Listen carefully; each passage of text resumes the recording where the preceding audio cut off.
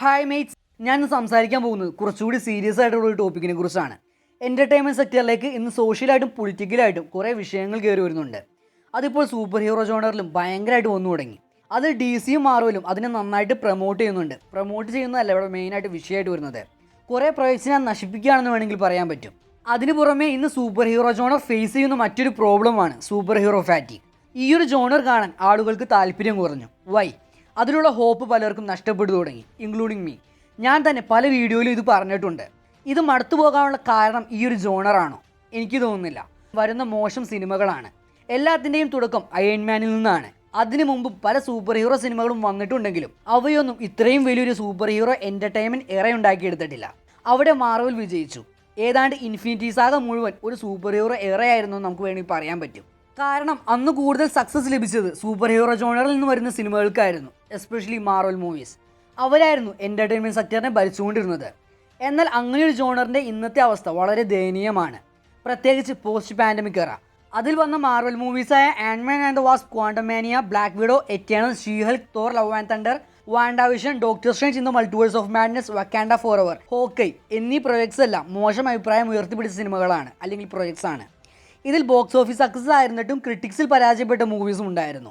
വമ്പൻ ഹൈപ്പിൽ വന്ന് പരാജയപ്പെട്ട മൂവീസിൽ ഒന്നാണ് ആൻഡ്മാൻ 3. അതുപോലെ ക്രിട്ടിക്സിൽ പിടിച്ചു നിൽക്കാൻ പറ്റാതെ പോയ ഒരു മൂവിയാണ് in the multiverse of madness.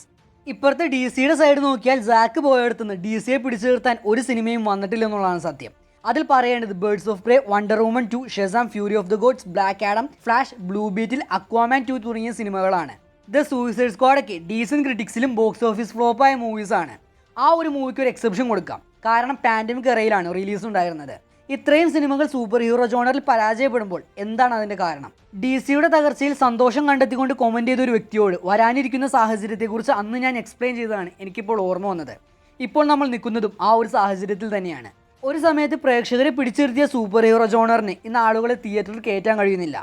എന്താണ് സംഭവിച്ചത്? ഇതാണോ super hero fatigue? Super hero fatigue എന്ന് പറയുന്നത് റിയൽ ആണോ? ആക്ച്വലി ഓഡിയൻസ് സൂപ്പർ ഹീറോ ജോണറിനെ വെറുത്തോ? ഒരു കാലത്ത് ഭയങ്കരമായിട്ട് എൻജോയ് ചെയ്തുകൊണ്ടിരുന്ന ഒരു ജോണർ എന്തുകൊണ്ട് നമ്മളിൽ പലർക്കും ഇന്ന് ആസ്വദിക്കാൻ കഴിയുന്നില്ല? എനിക്ക് തോന്നുന്നത് ഇത് സൂപ്പർ ഹീറോ ഫാറ്റിക് അല്ല, പകരം നല്ല കോണ്ടന്റ് ഇല്ലായ്മയാണ്. ഇത്രയും കാലം കണ്ടുകൊണ്ടിരുന്ന സെയിം സിനിമകൾ തന്നെയാണ് നമ്മൾ ഇപ്പോഴും കണ്ടുകൊണ്ടിരിക്കുന്നത്. ആദ്യം നമുക്കത് ഫ്രഷ് ആയിരിക്കും, എന്നാൽ സ്ഥിരം കാണുന്തോറും അത് മടുക്കാൻ തുടങ്ങും. എല്ലാ ജോണറും പഴയതാവും, ഓഡിയൻസിൻ്റെ ഇൻട്രസ്റ്റിനെ അത് കളഞ്ഞുകൊണ്ടിരിക്കും. ഈ സമയം നിലനിൽക്കാൻ വേണ്ടി ആകെ ചെയ്യാൻ പറ്റുന്നത് മാറ്റം വരുത്തുക എന്നത് മാത്രമാണ്.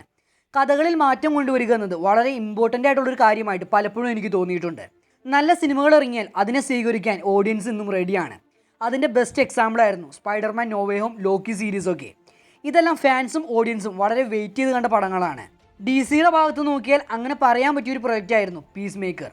ആക്ച്വലി ഇതെല്ലാം നല്ല CBMs ആയിരുന്നു. അത് പറഞ്ഞപ്പോൾ ഒട്ടും വിട്ടുകളയാൻ പാടില്ലാത്തൊരു പ്രൊജക്റ്റ് കൂടിയുണ്ട്, Spiderman across the spider-verse.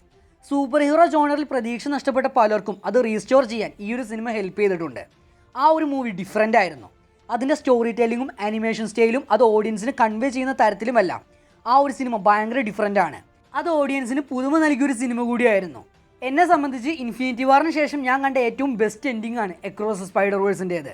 D സിയുടെ ബാറ്റ്മാനും ക്രിട്ടിക്കലിയും ബോക്സ് ഓഫീസിലും പോസിറ്റീവ് കൊടുത്ത സിനിമയാണ്. ബാറ്റ്മാൻ്റെ എയർലി സ്റ്റേജ് കാണിച്ച ആ ഒരു സിനിമ നമ്മളാരും ലൈവ് ആക്ഷനിൽ കണ്ടിട്ടില്ലാത്തൊരു ബാറ്റ്മാൻ്റെ സൈഡ് എടുത്ത് കാണിച്ചു തന്നു. ഓഡിയൻസിന് ഡിഫറൻ്റായി എൻഗേജിംഗ് ആയി എന്ത് കൊടുക്കാൻ പറ്റുമെന്നതിനെ ഡിപ്പെൻഡ് ചെയ്തിട്ടാണ് ഇന്നൊരു സൂപ്പർ ഹീറോ ജോണറിൻ്റെ സക്സസ് ഇരിക്കുന്നത്. യാതൊരു മാറ്റവും ഇല്ലാതെയാണ് സൂപ്പർ ഹീറോ ജോണർ തുടരുന്നതെങ്കിൽ ഈ ഒരു ജോണർ നിൽക്കുന്ന സമയം ഒട്ടും ദൂരത്തല്ല. ഫ്യൂച്ചറിൽ കുറേ അധികം കോമിക് ബുക്ക് മൂവീസ് ഇറങ്ങുന്നുണ്ട്. അതിനുവേണ്ടി ഡിസ്നി ഒരുപാട് മാസ്റ്റർ പ്ലാൻസ് ഇട്ടിട്ടുണ്ട്.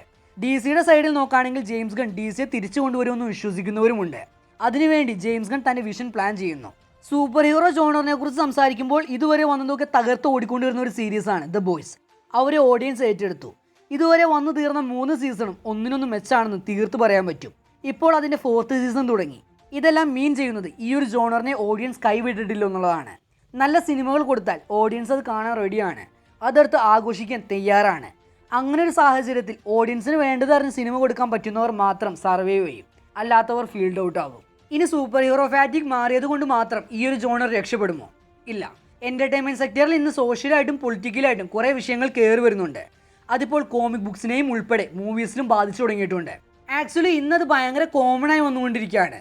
ഈ ഒരു കോണ്ടന്റ് മാത്രം യൂസ് ചെയ്ത് ഓൾറെഡി നല്ല പോപ്പുലർ ആയിട്ടുള്ള, ഫാൻസ് കാണാൻ എക്സൈറ്റഡ് ആയിട്ടുള്ള പല പ്രൊജക്ട്സും നശിപ്പിച്ചിട്ടുണ്ട്. ഇപ്പോൾ അതിൻ്റെ ഇരയാകാൻ പോകുന്ന അടുത്ത പ്രൊജക്റ്റാണ് the boys. Mostly fan favourite ലിസ്റ്റിലുണ്ടായിരുന്ന പല സീരീസും ഇത് കാരണം നശിച്ചു പോയിട്ടുണ്ട്. ഗൈസ്, നിങ്ങൾ വോക്ക് കൾച്ചർ കുത്തുകയറ്റുന്നതുകൊണ്ട് കുഴപ്പമില്ല. പക്ഷെ നിങ്ങൾക്ക് അതിനെക്കുറിച്ച് സംസാരിക്കണമെങ്കിൽ അതിനെക്കുറിച്ച് ഒരു സിനിമയോ സീരീസോ ചെയ്യേ. അല്ലാതെ ഫാൻ ഫേവറേറ്റ് ആയ അല്ലെങ്കിൽ വോക്കിന് ഒരു ഇമ്പോർട്ടൻസ് ഇല്ലാത്ത പ്രോജക്റ്റിൽ ഇങ്ങനെയുള്ള സാധനങ്ങളൊക്കെ കുത്തിക്കയറ്റിയാൽ ഇത് എൻജോയ് ചെയ്യുന്ന ഫാൻസിന് അതൊരു ബുദ്ധിമുട്ടാകുകയുള്ളൂ. ഇത് തീർത്തും ഒരു പ്രൊപ്പഗാൻഡ ആണെന്നേ പറയാൻ പറ്റൂ. ഒരു ക്രിയേറ്ററിൻ്റെ വിഷൻ പുതുതായി സമൂഹത്തിലൊന്ന് കൊണ്ടുവരണമെന്നാണെങ്കിൽ അതിനുവേണ്ടി ഒരു പ്രൊജക്റ്റ് ചെയ്യേ. അല്ലാതെ നല്ല രീതിക്ക് പൊക്കോണ്ടിരിക്കുന്ന സാധനത്തിൽ ഇത് കാണിക്കണമെന്നുള്ള നിർബന്ധം എന്താണ്? കോമിക്സ് ഒക്കെ എടുത്താൽ നമ്മൾ കണ്ടുവന്ന അല്ലെങ്കിൽ നമ്മൾ എൻജോയ് ചെയ്ത് വളർന്നു വന്ന ആ ഒരു ക്യാരക്ടേഴ്സിനൊക്കെയാണ് ചേഞ്ച് വരുത്തുന്നത്. നമ്മൾ കണ്ടു വളർന്ന ക്യാരക്ടേഴ്സിനെ പലതരത്തിലും ഇപ്പോൾ ചേഞ്ച് വരുത്തിക്കൊണ്ടിരിക്കുകയാണ്. ഇത് അക്സെപ്റ്റ് ചെയ്യാൻ പറ്റാത്ത ഫാൻസ് അതിനെ വിമർശിക്കുന്നു. കാരണം നമ്മുടെയൊക്കെ ഫാൻ ഫേവറേറ്റ് ആയിട്ടുള്ള ക്യാരക്ടേഴ്സിനൊക്കെയാണ് ഇവർ മാറ്റിക്കൊണ്ടിരിക്കുന്നത്. അവർക്ക് വേണ്ട ടൈപ്പ് ക്യാരക്ടേഴ്സിനെ ക്രിയേറ്റ് ചെയ്യുന്നതിന് പകരം ഓൾറെഡി നല്ല രീതിക്ക് എസ്റ്റാബ്ലിഷ്ഡ് ആയിട്ടുള്ള ക്യാരക്ടേഴ്സിനെ അവർ ചേഞ്ച് ആക്കുന്നു. അതിനുവേണ്ടി ഹിസ്റ്ററി റീറൈറ്റ് ചെയ്യുന്നു. അവരെ എതിർക്കുന്നവരൊക്കെ വർക്കിൽ നിന്ന് ക്യാൻസൽ ചെയ്യുന്നു. അതിന് റീസെൻ്റായിട്ട് പറയാൻ പറ്റിയ ഒരു ആർക്കാണ് suicide squad kill the justice league ഗെയിമൊക്കെ. എന്താണ് അതിൽ കാണിച്ചു വച്ചിരിക്കുന്നത്? ജസ്റ്റിസ് ലീഗിൻ്റെ 7 അയലത്ത് പോലും എത്തി നിൽക്കാൻ പറ്റാത്ത ക്യാരക്ടേഴ്സിനെ വെച്ച് ജസ്റ്റിസ് ലീഗിനെ തന്നെ നിസ്സാരമായി കൊന്നുകളയുന്നു. എന്നാൽ അത്രയും ഫാൻ ഫേവറേറ്റ് ആയിട്ടുള്ള ക്യാരക്ടേഴ്സിനെ കൊല്ലുന്നത് കാണിക്കുമ്പോൾ എന്തെങ്കിലും റെസ്പെക്റ്റ് കൊടുക്കണ്ടേ? അതിലാകെ റെസ്പെക്റ്റ് കൊടുത്തത് വണ്ടർ വുമണിന് മാത്രമാണ്. ഇവിടെയാണ് ഫെമിനിസം ട്രിഗർ ആവുന്നത്. മെയ്റ്റ്സ്, നിങ്ങൾ ഉദ്ദേശിക്കുന്നതല്ല യഥാർത്ഥത്തിൽ ഫെമിനിസം എന്ന് പറയുന്നത്. സ്ത്രീകളെ പൊക്കി കാണിക്കാൻ ആണുങ്ങളെ തരം താഴ്ത്തേണ്ട കാര്യമില്ല. ഇനി റിയാലിറ്റിയിൽ നിങ്ങൾക്ക് സ്ത്രീകളെ പൊക്കിക്കൊണ്ടുവരാൻ പറ്റില്ലെന്ന് ഉറപ്പുള്ളത് കൊണ്ടാണോ നിങ്ങൾ എങ്ങനെ സ്ക്രീനിലൊക്കെ കാണിക്കുന്നത്? എന്നിട്ട് നിങ്ങളിങ്ങനെ വിഷം കുത്തിവെച്ച എത്ര സിനിമ സീരീസ് സക്സസ് ആയിട്ടുണ്ട്? ബാറ്റ്മാനെയൊക്കെ വെറുതെ കൊന്നു കളയുന്നതും പോരാൻ വയലൻസിനെ പ്രോത്സാഹിപ്പിക്കുന്ന തരത്തിൽ മെസ്സേജ് കൊടുക്കുന്നു. ഇത്രയും കാലം ഹീറോസ് ഇൻസ്പയർ ചെയ്തതെല്ലാം ഒറ്റ സീൻ കൊണ്ട് തെറ്റാണെന്ന് പറയുന്ന പോലെയുണ്ട്. ഇതൊക്കെ പറഞ്ഞാൽ നമ്മളെ അവർ റേസിസ്റ്റ് ആക്കും. ഇതിൻ്റെ എല്ലാത്തിൻ്റെയും മെയിൻ റീസൺ വലിയ കമ്പനികളാണ്. അതായത് ഡിസ്നി, WB പോലുള്ള ജയൻ കമ്പനീസ്.